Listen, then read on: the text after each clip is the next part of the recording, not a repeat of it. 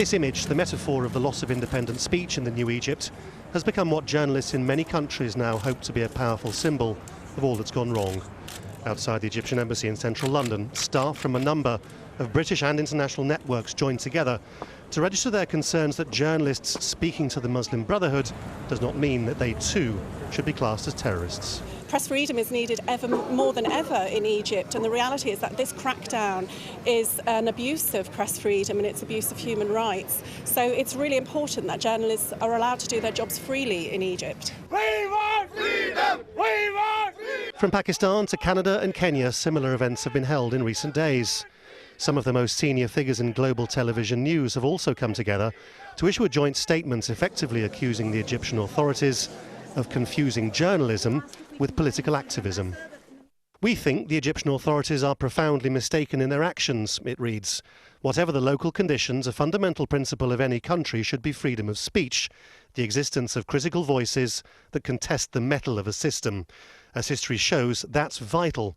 So we think Egypt's move is deeply damaging to the future of impartial journalism in the country, and that its actions are unjust and unacceptable. So in many ways, what all this demonstrates is a sort of consensus view forming across the international media as regards the state of play on press freedoms in Egypt. Most of the news crews who are here don't actually work for Al Jazeera, but many of them do have to report from Egypt. This is their demonstration as much as anybody else's. The Egyptian authorities are due to begin putting journalists on trial on Thursday. Among them Sue Turton from Al Jazeera English, accused from a distance of sympathy with the Muslim Brotherhood. Yet when she was reporting from Egypt, the group wasn't even banned.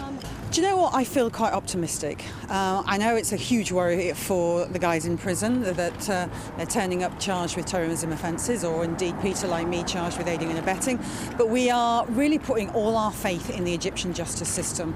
We are trusting that it is free and fair and that it's not in any way influenced by the state.